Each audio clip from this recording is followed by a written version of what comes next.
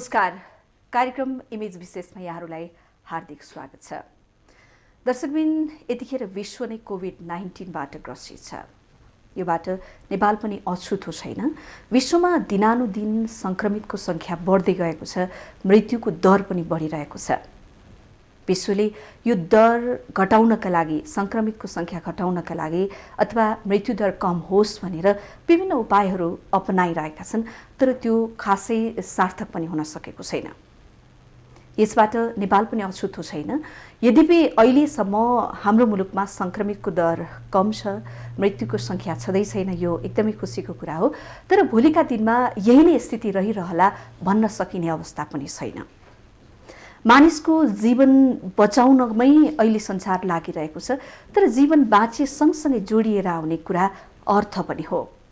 वास्तवमा यो अवस्थामा सम्पूर्ण विश्वको अर्थ अवस्था कस्तो छ, यहाँबाट कमभन्दा कम क्षति होस् भनेर विश्वले लगायत नेपालले कस्ता कस्ता उपायहरू अपनाउन सक्छ त? आज हामी यिनै विषयवस्तुमा केन्द्रित रहेर छलफल गर्दैछौँ। हामीसँग हुनुहुन्छ अर्थविद रामेश्वर खनाल। आउनुहोस्, उहाँलाई स्वागत गरौँ। स्वागत छ सर। नमस्कार। सन्चै हुनुहुन्छ? म आराम छु। यतिखेर संसार कोभिड-19बाट ग्रसित छ। हुन त सर्वप्रथम त मानिस जीवन रक्षा कसरी गर्ने भनेर संसार लागिरहेका बेला मानिस बाँचेसँगै जोडेर आउने वस्तु भनेको अथवा जोडिएर आउने चिज अर्थतन्त्र पनि हो। बाँचेपछि भोलि अर्थतन्त्रका कुराहरू लगातार रूपमा उठिरहन्छन्। वास्तवमा अहिलेको विश्वको सिनारियो आर्थिक रूपमा हेर्दा कस्तो देख्नुहुन्छ? अहिले संसारमा सबैतिर जीवन र जीविका दुइटै सङ्कटमा छन् र यो सङ्कट यस्तो कारणले छ जुन करिब करिब अदृश्य युद्ध जस्तो हो, जुन युद्धमा शत्रुको चाल के हो भन्ने कुरा कसैलाई पनि थाहा छैन।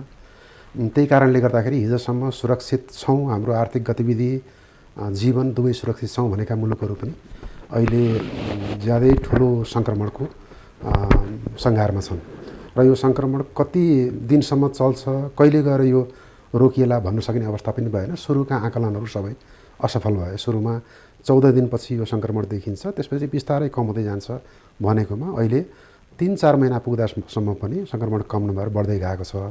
त्यसले गर्दा समष्टिगत रूपमा विश्वको सबै आर्थिक गतिविधि करिब करिब विश्वको 1/3 भन्दा बढी जनसङ्ख्या अहिले लकडाउनमा छ। संसारको 2/3 भन्दा बढी आर्थिक वृद्धिमा योगदान गर्ने, उत्पादनमा योगदान गर्ने मुलुकहरूको अर्थतन्त्र अहिले करिब करिब बन्द प्रायः छ। त्यसले गर्दा अहिले नै मानिसको जीविकामा सङ्कट छ।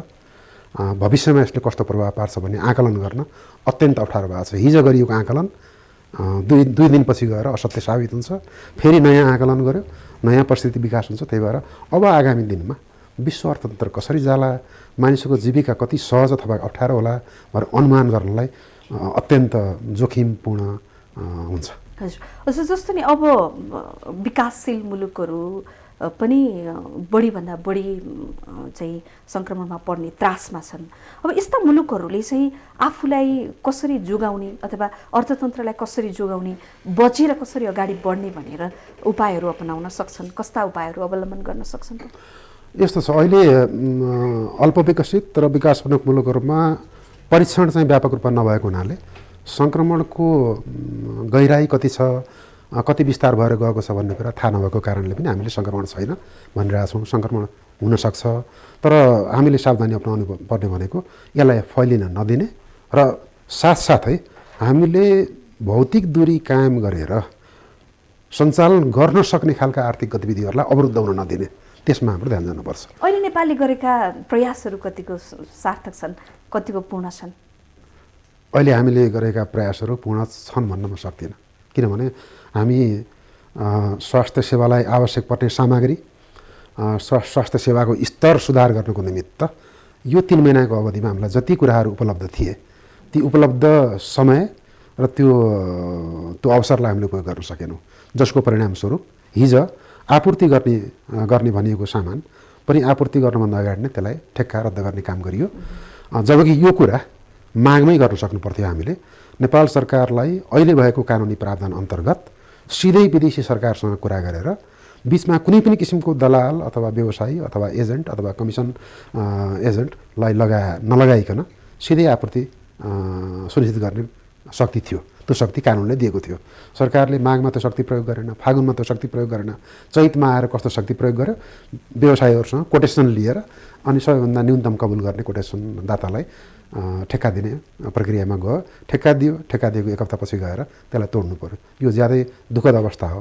अझै पनि हामीले समय गुमाएका छैनौँ। हामी कहाँ अझै पनि धेरै सङ्क्रमित हुनुहुन्न।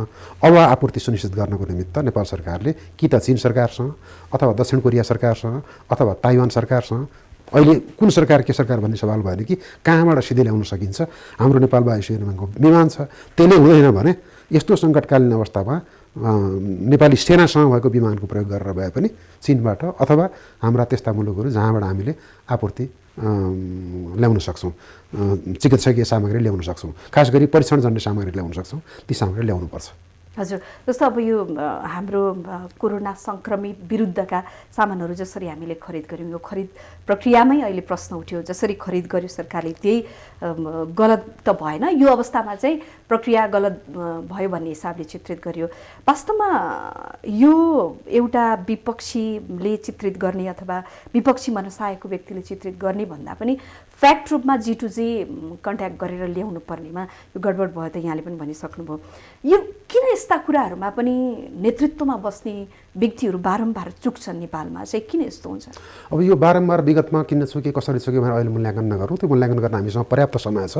अहिले हामीले बहस गर्नुपर्ने विषय र सरकारले सुन्नुपर्ने विषय के हो भने अहिले नागरिकलाई परिणाम चाहिएको छ, सरकारलाई पनि परिणाम चाहिएको छ। सरकारले परिणाम देखायो भने नै बल्ल नागरिक सन्तुष्ट हुने हो। नागरिक सन्तुष्ट भएन भने सरकारलाई मुखले तारिफ गरिदियो भनेर तारिफ त कसैले गर्दैन।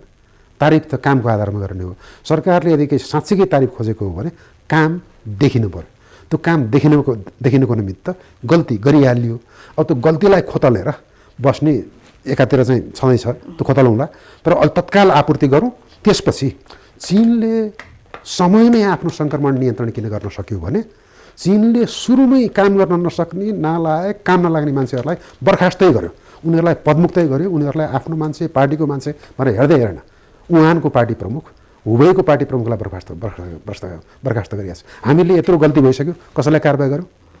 कोही मान्छेले गल्ती नगरिकन सामान आपूर्ति नहुने भन्ने हुन्छ? कोही न कोही त गल्ती गर्ने होला नि।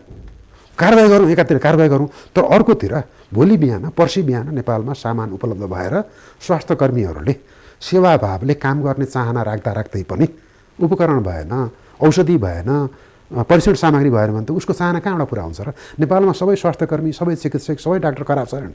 थुप्रै डाक्टरहरू, थुप्रै चिकित्सकहरू, नर्सहरू रात दिन काम गरेका छन्, मेहनत गरेका छन्। तर त्यो मेहनत उपकरण भएर न सार्थक हुने हो, औषधि भएर न सार्थक हुने हो, परीक्षण सामग्री भएर न सार्थक हुने हो। उहाँहरूको मेहनत सार्थक गर्नको निमित्त मैले सामग्री उपलब्ध गराइदिनुपर्छ भन्ने अनुभूति सरकारी नेतृत्वमा हुनु पर्यो र त्यो गर्न सम्भव छ। चीन सरकार सहयोग गर्न तयार छु, तपाईँहरूलाई कतिजना चिकित्सक चाहिन्छन्, कति औषधि चाहिन्छ, के चाहिन्छ भन्ने कुरा भन्नुहोस्, सूची पठाउनुहोस् भनेर नेपालमा चिनिया राजदूतले खुला रूपमा आह्वान गर्नुभएको, ट्विटमा लेख्नुभएको उहाँको आह्वान बमोजिम चिनिया सरकारलाई सिधै हामी किन्न चाहन्छौँ, तपाईँहरूले आपूर्ति हामीलाई कति चाहिन्छ। त्यही राम्रो सर, म यही भन्न खोज्दैछु कि जस्तो या त प्रशासनिक रूपमा रहेर काम गरिसक्नु भएको अनुभवी व्यक्ति हो, यस्ता काम गर्न नेतृत्व वर्गलाई रोक्छ केले यस्तो अवस्थामा? मतलब यो भनेको तत्काल आएको भवितव्य हो। यस्ता भवितव्य हामीले पहिला पनि भोगिसकेका छौँ। यहाँहरूले त पदमा रहेर देखिसक्नु भएको छ, भोगिसक्नु भएको छ। यस्तो काम गर्न केले चाहिँ रोक्छ त? अहिले केले रोक्यो मलाई थाहा छैन, किनभने म नजिक छैन, उहाँहरूसँग कुरा गरेको छैन। विगतमा किन रोक्थ्यो भन्ने कुरा म स्पष्ट भन्न सक्छु। विगतमा किन रोक्थ्यो भने नियतले रोक्थ्यो, विवेकहीनताले रोक्थ्यो। मान्छे विवेकहीन भयो, आफ्नो स्वार्थ मात्रै पूर्ति गर्न थाल्यो। शासन सत्ता फेरिए पनि आखिर नेतृत्व गर्ने व्यक्ति त तिनै छन्। तर अहिले के कारणले रोक्यो? सरकार तर्फबाट त आउनु पर्ला। अहिले मैले नजिकबाट मूल्याङ्कन गर्न सकेको छैन, किनभने म सरकारको नजिक छैन। विगतमा के कारणले रोक्यो त्यो भन्ने कुरा मैले अनुभव गरेको, मैले देखेको के हो भने मान्छे जब विवेकहीन भयो, मान्छे जब भ्रष्ट भयो, मान्छे जब सदाचार गुमायो, नियत खराब भयो, यस्ता घटनाहरू घट्छन्। यदि विगतको जस्तै अहिले भएको हो भने त्यही कारणले भएको भनेर बुझ्नुपर्छ। होइन अरू कुनै कारण हो, सरकारसँग अरू कुनै कारण पनि होला, त्यो सरकारले स्पष्ट पार्ला।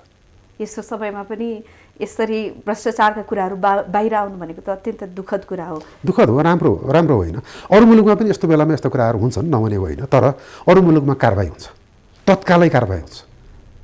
हामी यहाँ फाँसी दिने प्रबन्ध छैन, अरू मुलुकले फाँसी पनि दिएका होलान्। यो त मास मर्डर हुने केस हो। मान्छे भोलि भगाभग मर्न लाग्यो भने के हुन्छ? परीक्षण समयमा नभएको कारणले, उपचार समयमा नभएको कारणले, अस्पतालमा उपकरण र सामग्री नभएको कारणले मान्छे मर्न थाल्यो भने के हुन्छ? आत्महत्या भएन? यस्तो गम्भीर प्रकृतिको स्थिति विकास हुँदैछ भने मान्छे गम्भीर त पक्कै हुनुपर्छ। अब अहिले के कारणले त्यो रोकियो भन्ने कुरा त सरकारले स्पष्ट पार्नुहुन्छ, सरकारले पक्कै पार्नुहुन्छ। मैले बुझेअनुसार विगतमा नियत, विवेकहीनता, आचरण खराबी, यी 3टा कारणहरू प्रमुख हुन्। त्यो बाहेक कुनै कारण होइन। मुलुकलाई मैले सेवा गर्छु भनेर भन्ने हो भने मजासँग सेवा गर्न सकिन्छ। हाम्रा सीमाहरू छन्, क्षमता कमजोर होला, तर सङ्कटको बेलामा काम गर्नको निमित्त नेपालीहरूले संसारभरि खुबी देखाएका छन्। संसारभरि खुबी देखाउन सक्ने, यहाँ खुबी देखाउन नसक्ने, अरूका युद्ध जित्दिन सक्दिने, हाम्रा युद्ध जित्न नसक्ने, सक्छ। तर सक्ने मान्छेलाई ल्याउनु पऱ्यो नि ठाउँमा। सक्ने मान्छेलाई गाली गरेर बसिरहने, नसक्नेलाई तारिफ गरेर बसिरहने, नसक्नेलाई पक्ष पोषण र सुरक्षा दिइरहने। पञ्चायतकालमा यस्तै हुन्थ्यो। नसक्नेलाई ल्याएर पदमा राख्ने, उसलाई पुरा शासकीय सत्ताले सहयोग पनि गर्ने, अनि मण्डलीहरूले फेरि उसैको रक्षाको निमित्त नागरिकलाई कुट्ने गर्थे। यदि त्यही चरित्र हो भने त काम हुँदैन। फेरि पनि सरसर्ती हेर्दा त नियतै सफा देखिएन अहिलेको स्थितिमा। अब यहाँले अहिलेसम्म मानौँ कि डाइरेक्टली भन्न नचाहे पनि आखिर स्थिति त त्यही नै देखियो नि। अब प्रमाणै नभइकन नदेखिकन भन्न मिल्दैन। अहिलेसम्मलाई नियत खराब छैन मानौँ, किनभने आम हत्या हुने गरी कुनै काम हुँदैछ भने त सरकार पनि संवेदनशील पक्कै होला, किनभने जनताले चुनेको सरकार हो। यो 100 वर्षको अधिकार लिएर आएको सरकार होइन। अब 3 वर्ष बाँकी छ। यदि केही गरी अहिले परिणाम देखिएन, राम्रो परिणाम देखिएन, आम नागरिकले अनुभूत गर्ने गरी स्वास्थ्य सेवामा सुधार भएन भने त स्वाभाविक रूपमा केही न केही दुर्घटना त हुन्छ, राजनीतिक दुर्घटना हुन्छ। त्यसको निमित्त त राजनीतिक नेतृत्व वर्ग त पक्कै चेतनशील छ। अब हाम्रो सन्दर्भ के हो भने यति हुँदाहुँदै पनि हाम्रो अर्थतन्त्रलाई कसरी बचाउने भन्ने चिन्ता हो। सर, अब जस्तो नि हाम्रो त त्यति धेरै हामीले निर्यात गर्न पनि सकेनौँ कुनै पनि वस्तु। हाम्रो त आयातित अर्थतन्त्र नै हो अहिलेको सन्दर्भमा पनि। यसबाट मानिसहरूले अहिले उपभोग्य वस्तुहरू कम उपभोग गर्न थालेका छन्। निर्यात खैर भएको छैन, जिरो अवस्थामा छ होला, त्यो आफ्नो ठाउँमा छ। यसले गर्दाखेरि चाहिँ हाम्रो अर्थतन्त्रलाई त्यत्रो धेरै राष्ट्रिक रूपमा असर गर्ला है भनेर त्यस्तो तर्सिनुपर्ने अवस्था छैन कि? अब हाम्रो अर्थतन्त्रको अझै पनि निर्वाहमुखी चरित्र भएको र अधिकांश जनसङ्ख्याले भन्नाले ठुलो एउटा तबकाले आफ्नो घरायसी आवश्यकता परिपूर्ति गर्नको निमित्त आफैले उत्पादन गर्ने भएको हुनाले आफ्नै खेतबारीमा खनिज खोज्री गरेर आफ्नो दैनिक आवश्यकता टार्ने भएको हुनाले हामीलाई अकल्पनीय सङ्कट त नआउला, तर पनि समाजको एउटा बाँकी रहेको वर्ग सङ्कटमा पऱ्यो भने त्यसले अरू सबैलाई लपेट्छ। त्यही भएर हामी सचेत त हुनैपर्छ र त्यो सानै वर्गलाई भए पनि सङ्कट आउन नदिनुको निम्ति हामी चाहिँ सावधानी अपनाउनै पर्छ। त्यही क्रममा सरकारले केही नीतिहरू घोषणा गर्यो। जस्तै जालाधरीमा काम गरिरहेका मानिसहरूको आय गुमेको कारणले उनीहरूको दैनिक साँझ बिहानको छाक टार्ने समस्या भयो भने उनीहरूलाई राहत दिने भन्ने अहिले जुन ल्याइयो त्यो स्किम राम्रोसँग लागू गरिस्। अहिले जुन आर्थिक प्याकेज नेपाल सरकारले घोषणा गरिएको छ आफ्नो क्षमताको आधारमा, वित्तीय क्षमताको आधारमा र संस्थागत क्षमताको आधारमा, किनभने सरकारले ठुलो कुरा गर्छु भने पनि अब संस्थागत क्षमता भएन भने त देखिहाल्यो नि। एउटा औषधि किन्दा संस्थागत क्षमता भएन भने हामीले ज्यादै गतिला कुरा गरेर समाजवादी यो सबैलाई राहत पुर्याउँछु, सबैलाई हामीले चाहिँ सुख दिन्छौँ भनेर कुरा गऱ्यौँ भने सुख दिन सक्दैन। शासकीय क्षमता छैन, संस्थागत क्षमता छैन। त्यस कारणले संस्थागत क्षमताको आधारमा, वित्तीय क्षमताको आधारमा सरकारले जे प्रस्ताव गरेको छ त्यो ठिक छ, सही तरिकाले कार्यान्वयन होस्। तर यति हुँदामा पनि के भने विगतमा हामीले गएको 2-3 महिनाको अवधिमा जे कुरामा सङ्कट पर्दैन भनेका थियौँ त्यहाँ पनि सङ्कट पर्न देखियो। वैदेशिक रोजगारीमा गएकाहरू फर्किँदैनन् कि धेरैजना, रेमिटेन्स घट्दैन कि भनेका थियौँ। अब घट्छ कि जस्तो लक्षण देखिन थाल्यो। कृषिमा खेतीपाती बन्द हुँदैन, किसानको आम्दानी पनि घट्दैन, किसानको जीविकामा पनि खासै असर पर्दैन, किसानको जीवनमा सम्म असर पर्न सक्छ। किनभने बाहिरबाट फर्केका मान्छे काठमाडौँ 2 रात बसे, पार्टी खुवायो, त्यसपछि गाउँमा गइहाल्यो। गाउँमा कहाँ पुग्यो भन्ने हामीसँग तथ्याङ्क छैन। यदि केही गरी गाउँमा यो सङ्क्रमण फैलियो भने हामी ठुलो दुर्घटनामा पर्छौँ। त्यस कारणले अहिलेसम्म त गाउँको जीवन सुरक्षित छ, जीविका पनि सुरक्षित छ। अब जीविका पनि खतरामा पर्छ कि र जीवन पनि असुरक्षित हुन्छ कि भन्ने अवस्था आइसकेको छ। त्यही भएर अब सरकारको ध्यान यतापट्टि यो उपचारलाई सशक्त बनाउने छँदैछ, औषधि आपूर्ति नियमित गराउने काम छँदैछ। त्यसका अतिरिक्त कृषिलाई अवरुद्ध हुन नदिनुको निमित्त, खेतीपाती सहज रूपले सञ्चालन गर्न दिनुको, मान्छेले किन उत्पादन गर्छ भने बजारसम्म पुर्याएर बेच्न पाउँछु भनेर उत्पादन गर्छ। बजारसम्म जाने बाटो नै बन्द भयो। अहिले किसानहरूलाई पास छैन, सवारी साधन छैन, गाडी छैन, बजारमा गएर उभिएर बेच्ने ठाउँ छैन। त्यस कारणले यो बजार र किसानको खेत बीचको सम्पर्क टुट्न नदिनको निमित्त सरकारले केही काम गर्न आवश्यक छ। त्यसै गरी कृषकलाई पनि सुरक्षित तरिकाले खेती र बाली भित्राउने काम कसरी गर्न सकिन्छ भनेर चेतना व्यापक रूपमा प्रसार गर्नुपर्ने छ।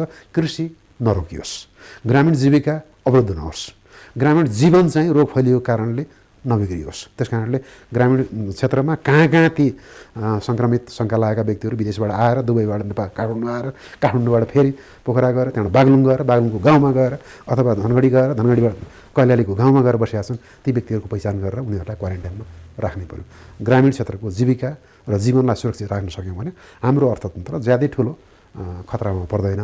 त्यति भन्दै पनि हाम्रा उद्योग, हाम्रो पर्यटन, हाम्रो साना तथा घरेलु उद्योगहरू, सेवा क्षेत्रका कतिपय उपक्षेत्रहरू त्यसमा चाहिँ असर परिरहेछ।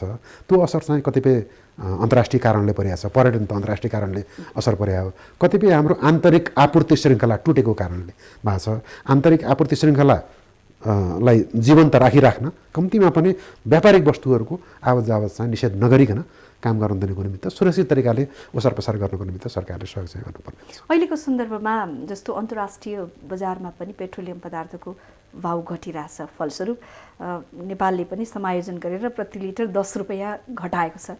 नेपालको इतिहासमा यति धेरै मूल्य घटेको अहिले नै होला सायद एकैचोटि, होइन? यो मूल्य यति घट्यो भनेर नेपाली जनता खुसी हुने अवस्था छ कि छैन अहिले? अहिले त लकडाउन भएको कारणले यसको प्रयोग चाहिँ गर्न पाइएको छैन। मैले यस अर्थमा भने कि मूल्य घट्नु भनेको त मिडल इस्ट कन्ट्रीहरूमा त पेट्रोलियम पदार्थको उत्पादन, त्यहाँ भएको नोक्सानको विषयसँग जोडिएर आयो नि त अहिलेसम्मको यो मूल्य हेर्दा त यहाँसम्म आइपुग्दा त होइन। यस्तो अब अन्तर्राष्ट्रिय बजारमा तेलको सन्दर्भमा जुन किसिमले मूल्य युद्ध भएको छ, यो मूल्य युद्ध चाहिँ आम्दानी नघटाउने किसिमले भएको छ। तपाईँले 10 लिटर तेल 100 रुपियाँमा बेच्नु र 1000 लिटर तेल 10 रुपियाँमा बेच्नु भने पाउने उता नाफा त एउटै हो, होइन? उनीहरूको चाहिँ उत्पादन लागत, साउदी अरेबियाको उत्पादन लागत कम छ, रुसको उत्पादन लागत कम छ। उत्पादन लागत कम भएसम्म ब्रेक इभनमा आउन्जेलसम्म उनीहरूले मूल्य चाहिँ घटाउला। त्यो अहिले चाहिँ के हो भने अमेरिकालाई आर्थिक हिसाबले परास्त गर्नको निमित्त रुसले एउटा चाल चल्यो। रुसले चालेको चाललाई परास्त गर्नको निमित्त साउदी अरेबियाले अर्को चाल चल्यो। यो खुलेआम चाहिँ छ, अन्तर्राष्ट्रिय बहसमा यो व्यापक रूपमा आएको छ। यो एउटा बिन्दुमा गएर पक्कै रोकिन्छ। त्यही भएर अब यो $20-22 आरारीमा जुन पुगेको छ त्योभन्दा धेरै तल नजर्ला। त्योभन्दा तल झर्ने बित्तिकै उनीहरूको आम्दानी घट्छ। आम्दानी घट्ने बित्तिकै रोजगारी दिने स्रोतहरू पनि सुक्न जान्छन्। त्यस कारण हामीले जुन चिन्ता गर्छौँ कि साउदी अरेबियाको, युएईको, कटारको यो मूल्य घटेका कारणले रोजगारी घट्न जाने अवस्था, रोजगारी घट्दाखेरि नेपाली कामदारलाई फर्कनुपर्ने अवस्था जुन आउँछ हो, अहिले भनेकै त्यही हो। त्यो तेलको मूल्य घटेको कारणले मात्रै होइन कि ती अर्थतन्त्रहरूमा अरू विभिन्न उद्योगहरू पनि ग्रस्त छन्। अहिलेसम्म हेर्नुहोस्, यो रोगको एपिसेन्टर पहिला चीनमा थियो, त्यसपछि युरोपको इटाली, स्पेनमा गयो, त्यसपछि अमेरिका गयो। अब खाडी मुलुकमा कुन दिन पुग्छ भन्ने कुरा अनुमान गर्न गाह्रो छ। यसरी यो फैलिएको छ कि भोलि गएर खाडी मुलुकमा फैलियो भने त्यसले त तेल मात्रै होइन कि सबै कुरालाई असर गर्छ। सबै कुरालाई असर गर्ने बित्तिकै आफ्नो नागरिकलाई सुरक्षित राख्नको निमित्त निश्चित रूपमा ती मुलुकहरूले हाम्रा नागरिकलाई त जाऊ तिमी यहाँ बस्न पाउँदैन भन्ने अवस्था पनि आउला नि। हो, हामीले त्यहाँ त्योसम्म पनि सोच्नुपर्ने हुन्छ। त्यसरी मास एउटा स्केलमा ठुलो सङ्ख्यामा नेपालीहरूलाई फर्कनुपर्ने अवस्था आयो। बाध्यात्मक परिस्थितिले रोजगारी गुमेर मात्रै होइन कि उनीहरूको आफ्नो नागरिकलाई सुरक्षित राख्नको निमित्त अब धेरै मानिसलाई यहाँ बस्न हामी सक्दैनौँ, क्वारेन्टाइन दिन सक्दैनौँ, हामीले उपचारको प्रबन्ध गर्न सक्दैनौँ। तपाईँहरू आफ्नो मुलुकमा जानुहोस् भनेर बगाबग चाहिँ प्लेनबाट पठाउन थाल्यो भने हामी कहाँ विप्रेसण पठाउने मान्छे मात्रै होइन कि विप्रेसणको रकम मात्रै होइन कि पठाउने मान्छे पनि फिर्ता हुन्छ। त्यसपछि कोरोना पनि सँगै आउने डर छँदैछ। भन्नाले हाम्रो जीविका, जीवन र हाम्रो चाहिँ शान्ति तिनटैमा, सुरक्षामा तिनटैमा असर पर्ने सम्भावना छ। यो सम्भावना सबै दृष्टिगत गरेर हामीले तयार हुनुपर्छ। आशा गरौँ यो एपिसेन्टर फैलिएर अमेरिकाबाट अफ्रिका, खाडी मुलुक, अरू मुलुकमा जहाँ हाम्रा नेपालीहरू काम गर्छन् त्यहाँ नपुगोस्। त्यो चाहिँ आशा मात्रै गर्न सकिन्छ। विश्व नै यो आपतको अवस्थामा आइसकेपछि त हाम्रो जस्तो मुलुकहरूले कहाँ सहयोग माग्न जाने, कोसँग हारगुहार गर्ने भन्ने प्रश्न पनि त उठ्ला नि भोलि फेरि। यस्तो विश्वले यस्तो सङ्कट विगतमा विभिन्न कारणले भोग्यो। कतिपय अवस्थामा महामारीको कारणले पनि भोग्यो, कतिपय अवस्थामा युद्धको कारणले भोग्यो, कतिपय अवस्थामा वित्तीय सम्पत्ति क्षयीकरण भएको कारणले भोग्यो। यो 100 वर्षको इतिहासमा प्रशस्तै छ।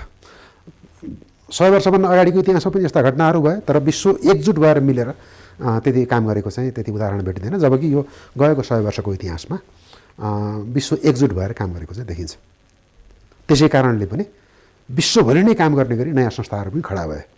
आजभन्दा करिब करिब 65-70 वर्ष अगाडि त्यस्ता संस्थाहरू खडा भए र ती संस्थाहरूले अहिले नै पनि तयारी गरिरहेछन् कि विपन्न मुलुक, क्षमता कम भएका मुलुकहरूलाई कस्तो किसिमको आर्थिक सहायता चाहिन्छ। फेरि जस्तो अब वर्ल्ड ब्याङ्क, IMF, ADB जस्ता संस्थाहरूले राहत कोष त खडा गरेका छन्। त्यो राहत कोषसम्म हाम्रो क्षमता पुग्छ कि पुग्दैन, अथवा हामीले त्यो बाटो बनाउन सक्छौँ कि सक्दैनौँ भन्ने अवस्था पनि आउला नि त। होइन, त्यो क्षमता त हाम्रो पुगिसक्यो। हामी वार्ता गरिरहेछौँ, नेपाल सरकारले वार्ता गरिरहेछ। त्यो सूचना प्राप्त भएको हुनाले मैले आधिकारिक रूपमा तपाईँलाई भन्न सक्छु। कतिपय सम्झौता हुने क्रममा छन् र कतिपय कुराहरू तपाईँ के भने बहुराष्ट्रिय संस्थाहरू, बहुपक्षीय संस्थाहरू अतिरिक्त द्विपक्षीय निकायहरूसँग भन्नाले जस्तै चीन सरकारसँग अथवा कोरिया सरकारसँग अथवा जापान सरकारसँग, जुन हाम्रा मित्र राष्ट्र हुन्, विगतमा सहयोग गरेका मुलुकहरू पनि र अहिले पनि सहयोग गर्न तत्पर भएका मुलुक हुन्, उनीहरूसँग आफ्नो आन्तरिक सङ्कट हुँदाहुँदै पनि उनीहरूसँग त्यो सहयोग गर्ने सामर्थ्य छ। यस्तो अवस्थामा सहयोग परिचालन गर्नु भनेको हाम्रो आफ्नो रक्षाको निमित्त मात्रै होइन, उनीहरूको रक्षाको लागि पनि हो। भोलि भारत अथवा हामी जस्तो मुलुक एपिसेन्टर भयौँ भने त्यसले त फेरि फर्केर गएर रोग त ती मुलुकलाई पनि असर पार्छ नि। र हामी पनि त एउटा बजार त हो नि। हाम्रो बजार सानो भयो भने त उनीहरूको वस्तु पनि त बिक्री हुँदैन नि। चीनको त हामी राम्रै बजार हो नि, जापानको पनि राम्रै बजार हो, भारतको त ठुलै बजार हो होइन। यो बजार गुमाउनु त उनीहरू पनि चाहँदैनन्। त्यही भएर यो बजारलाई स्वस्थ राख्नको निमित्त पनि तपाईँहरूले सहयोग गर्नुपर्छ भनेर हामीले भन्न सक्छौँ। त्यो दिशामा हामी जानैपर्छ।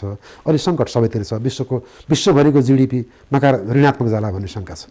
विश्व नै रिसेसनमा जाला भन्ने शङ्का छ। यो वर्षको 2020 को दोस्रो त्रैमासिक र तेस्रो त्रैमासिकदेखि नै अब विश्वभरि एउटा रिसेसन, एउटा चाहिँ मन्दी छाउँछ भन्ने अनुमान गरिएको छ। विश्वभरका पर्यटन बजार ध्वस्त छन्। यसको अर्थ जुन संरचनामा हाम्रो आर्थिक वृद्धि दर थियो नि अहिलेसम्म, यो संरचना नै परिवर्तन होला कि भन्ने यहाँको भनाइ होइन।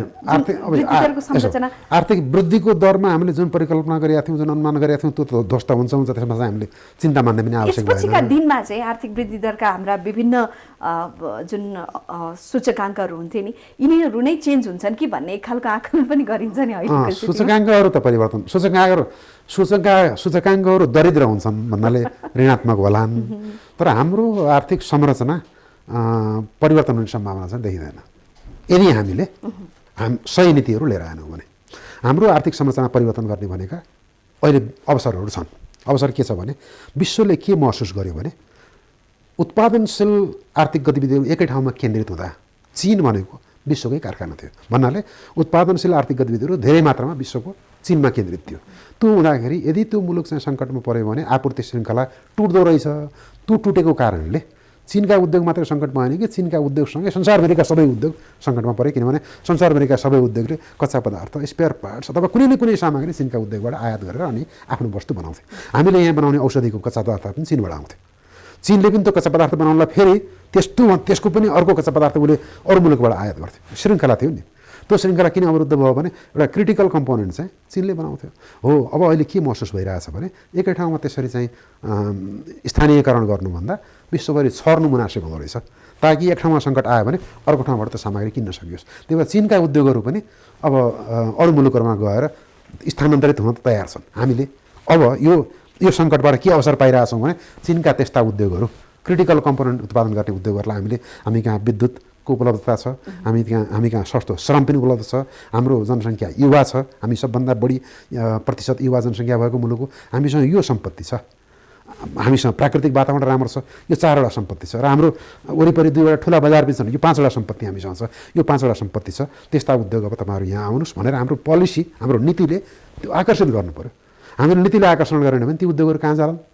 भियतनाममा जालान्, कम्बोडियामा जालान्, अफ्रिकाका मुलुकमा जालान् अथवा मध्य एसियाका मुलुकमा जालान्। हामी अहिले त्यसमा ध्यान सङ्कटलाई जुझ्नु पनि एकातिर छ, अर्कोतिर गएर यो सङ्कटले सिर्जना गरेको अवसरबाट हाम्रो अर्थतन्त्रको संरचना परिवर्तन भने के हो भने कृषिमा आश्रित जनसङ्ख्यालाई सकेसम्म उद्योगतिर लैजाने हो नि।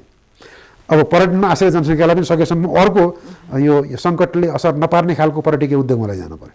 त्यस कारण त्यो संरचनागत परिवर्तन त आफै हुँदैन। यो सङ्कटले आफै हामीलाई त्यो किनारामा पुर्याउँदैन। यसको अर्थ नि रामेश्वर सर, जस्तो यस्तो सङ्कटको बेला पनि हाम्रो जस्तो विकासोन्मुख मुलुकहरूले यसलाई अवसरको रूपमा पनि प्रयोग गर्न सक्छन् है? हो, गर्नुपर्छ। सक्छन् होइन कि पर्छ?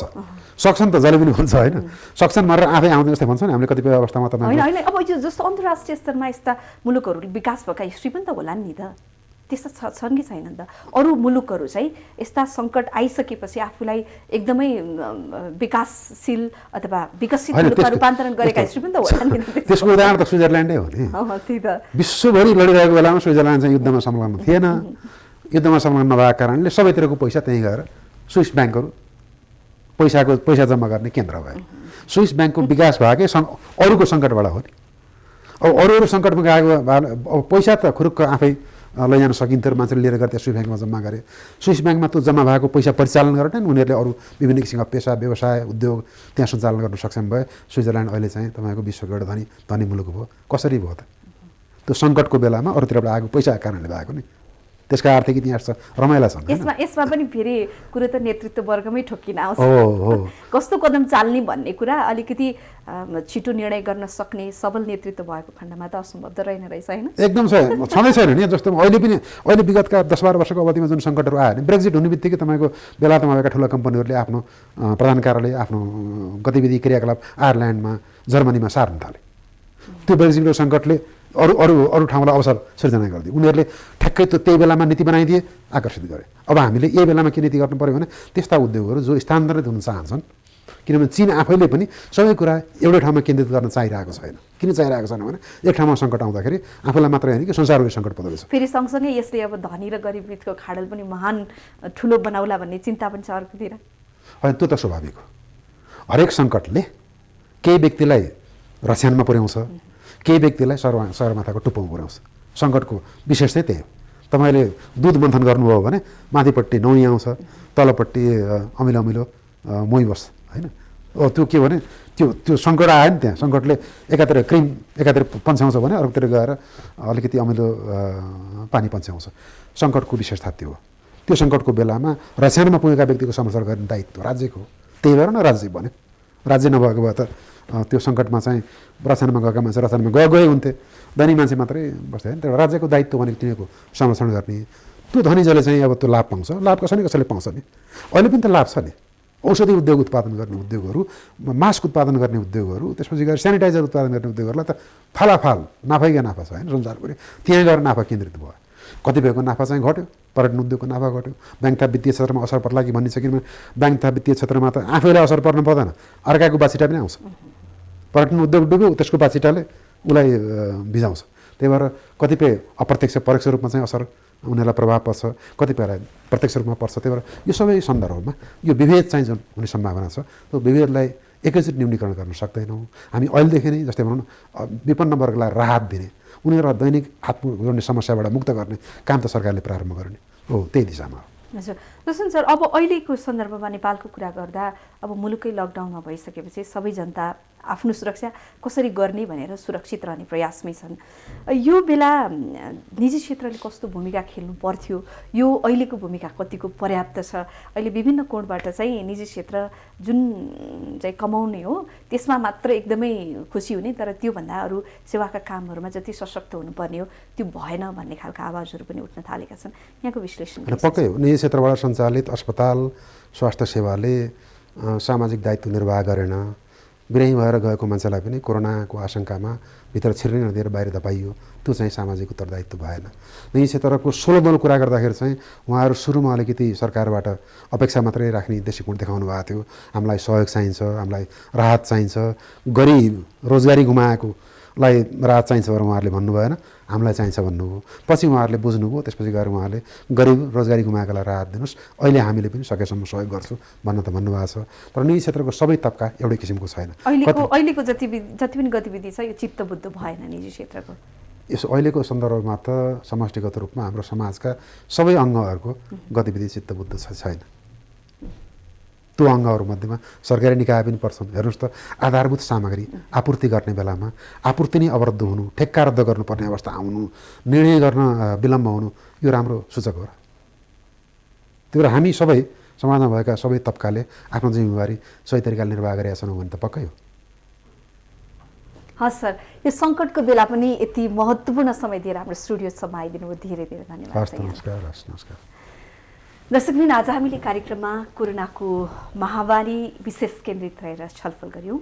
आजका हाम्रा पाहुना रामेश्वर खनाललाई विशेष धन्यवाद दिँदै कार्यक्रमबाट म लगायत मेरो सम्पूर्ण युनिट आगे चाहन्छ। नमस्कार।